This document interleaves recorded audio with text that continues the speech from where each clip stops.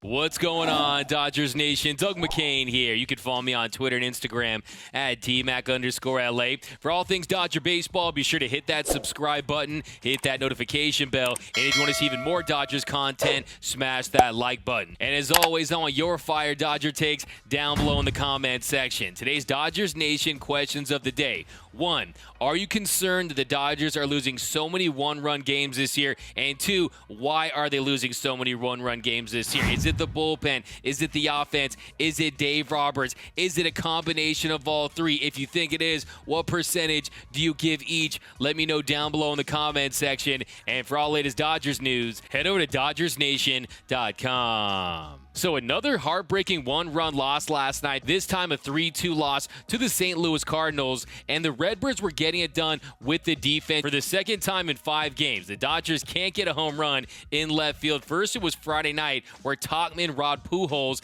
of what could have been a walk-off home run, and then Mookie Betts last night. We've been craving some Mookie magic at Dodger Stadium, at the Ravine, in front of fans, but it just wasn't meant to be. It was oh so close, but Mookie fell just short. Bottom of the 9th, Dodgers down 3-2, 2 outs, runners on first and second, a 2-1 count. Mookie Betts with a chance to come through, and Mookie hits this Reyes slider, bottom of the zone, gives it a nice ride, and O'Neal makes a great catch at the warning track in left field. And the way he was positioned, shading towards center field, it made it a more difficult catch than it probably should have been.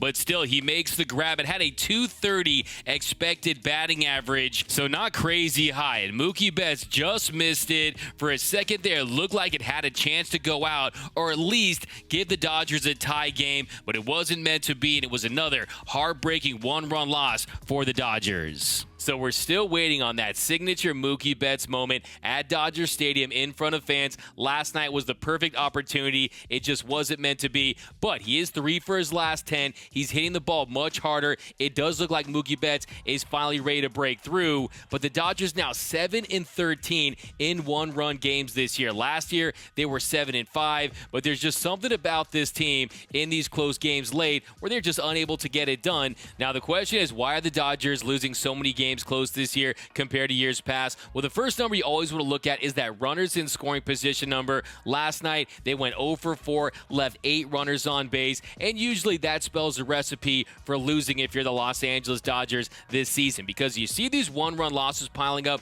but a lot of these games are games where they've missed opportunities earlier in the game, and the game is closer than it should have been. But let's do a quick rundown of some of these one-run losses to see if there's any patterns, see if there's any trends. If you look at April 7th against the Oakland A's, the Dodgers, they lose 4-3 in extra innings. What happened in that one? Trevor Bauer pitched the game, pitched well, but Kenley Jansen blew the save, and then Jimmy Nelson, he gave up a single to Moreland in extra innings. So in that situation, it was a tight game. The Dodgers only scored 3 runs, but Kenley Jansen and Jimmy Nelson weren't able to come through there late. And then against the Seattle Mariners, a couple days later, a rough outing for Dustin May, and they had an opportunity late in that game. You had runners on first and second. The Dodgers down 4-3. Corey Seager at the plate. What did he do? He grounded into a double play. So the first time, you have relievers not coming through. The next one, it was the Dodgers' best hitter from the previous postseason that wasn't able to get it done. And how about the 3-2 loss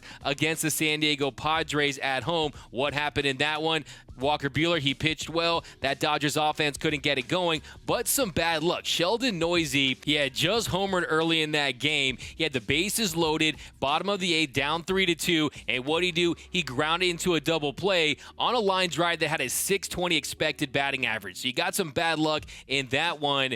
And then how about the 8-7 loss to San Diego? The Dodgers were up 6 runs in that game, and then what happened? Vigan, he gave up the 2 runs. Jimmy Nelson, he gave up the single to Grisham and the single to Machado to blow the save, and then Clevenger gave up the go-ahead sacrifice fly later in the game to lose it in extras. So my question in that one was, why didn't they walk Hosmer, who was a very hot hitter at the time for San Diego? He had first base open. He ends up hitting the sacrifice fly, and that ends the game. So that one falls on the bullpen, falls on the manager in that situation, in my opinion, and it was just such an improbable comeback. Not many teams are going to blow a 7-1 lead there. The Dodgers unfortunately did. And another one of these common themes that you'll notice in these one-run losses is the Dodgers using young, inexperienced relievers, guys that usually wouldn't be in there in these big spots, especially for a team like the Los Angeles Dodgers. But because of injuries, they were in these spots. Guys like Alex Vesia, guys like Garrett Clevenger, guys like Mitch White, and unfortunately, more often than not, they were unable to come through. You saw Alex Vesia and Mitchell White against the Brewers. They blew one there.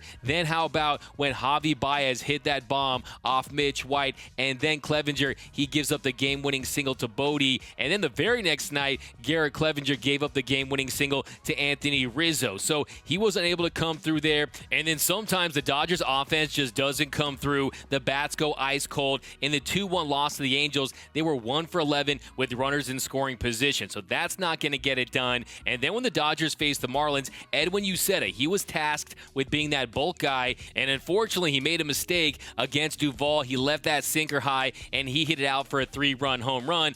But how about the error by Noisy earlier in the inning? So that was unfortunate. Now, when it comes to the Dodgers starters, they've been outstanding this season. They've carried this team all season long, but how about Clayton Kershaw's last outing against the San Francisco Giants? He was outpitched by Kevin Gausman, who was dealing that day, and Clayton Kershaw, he gives up 5 runs, 2 home runs, and that's not going to get it done. So we've talked a lot about the young relievers not being able to take care of business in key spots. Well, how about the Dodgers' best relievers? Last night, Blake Trinan, he goes in there in a 2-2 game. He gives up the single to O'Neill. He doesn't hold him. He steals second, and then he gives up what would be the game-winning single to Sosa. So it's happened with the Dodgers' worst relievers, their best relievers, their best starters. So really when it comes down to it is this Dodger team needs to find a way to execute and get wins late. Now, if you look at their numbers, the Dodgers have the 7th highest OPS with runners in scoring position. And how about late in games? They have a 793 OPS